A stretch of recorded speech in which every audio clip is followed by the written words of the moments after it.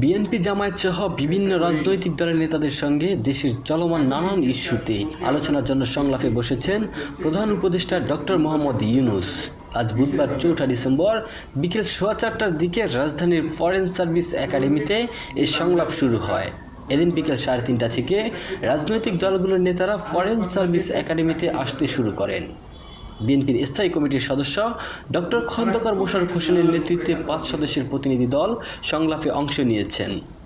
দলটির অন্য সদস্যরা হলেন ডক্টর আব্দুল মঈন খান, নজরুল ইসলাম খান, আমির খসরু মাহমুদ চৌধুরী ও অধ্যাপক ডাক্তার AZM জাহিদ হোসেন। অন্যদিকে জামায়াতের আমির ডাক্তার শফিকুর রহমানের নেতৃত্বে ৪ সদস্যের প্রতিনিধি দল সংলাপে অংশ নিয়েছে। এছাড়াও ন্যাশনাল পিপলস পার্টির চেয়ারম্যান ফরিদুজ্জামান ফরহাদ, গণসংহতি আন্দোলনের প্রধান সমন্বয়কারী জুনায়েদ সাকি, গণ অধিকার পরিষদের সভাপতি নুরুল হক নূর, বাংলাদেশ খেলাফত মজলিসের মহাসচিব মামুনুল হক সহ বেশ কয়েকটি রাজনৈতিক দলের প্রতিনিধিরাও অংশ নিয়েছেন সংলাপে।